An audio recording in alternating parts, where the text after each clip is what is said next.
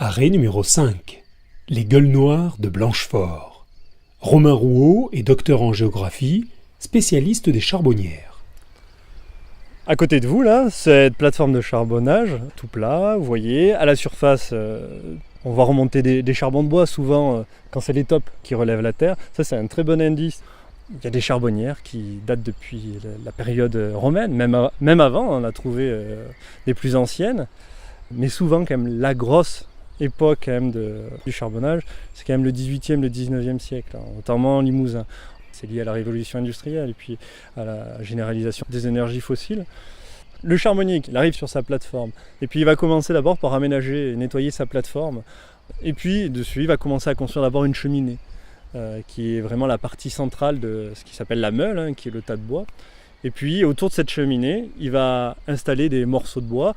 Peu importe les diamètres, tout se transforme en charbon. Et puis donc autour de cette cheminée, ils vont commencer à installer les bois, les appuyer contre cette cheminée et à tourner autour de la cheminée de manière concentrique. Voilà. Et bien il va faire un deuxième étage, un troisième étage, voilà, et puis avoir une meule de bois qui peut faire quelques mètres cubes.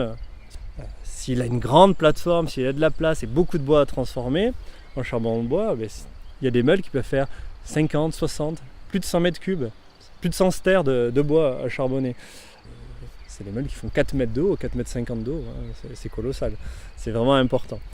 Une fois qu'il a construit sa meule, qu'elle est finie, elle est bien lisse, il essaye qu'entre chaque bout de bois, il y ait le moins d'air possible, parce que le but de la transformation du bois en charbon de bois, c'est de cuire le bois à l'étouffer avec un minimum d'oxygène. Il ne faut pas qu'il y ait de flamme là-dedans, il faut que ça cuise tout doucement, de façon régulière, à une température constante.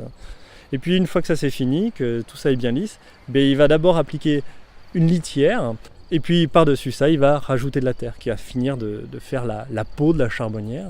Puis il va commencer à mettre des braises à l'intérieur de la cheminée et puis la cuisson va commencer. Et une fois que tout ça est bien parti et bien emballé, il bouge tout. Et puis ensuite à partir de là, ça va consister juste en de la surveillance, quoi.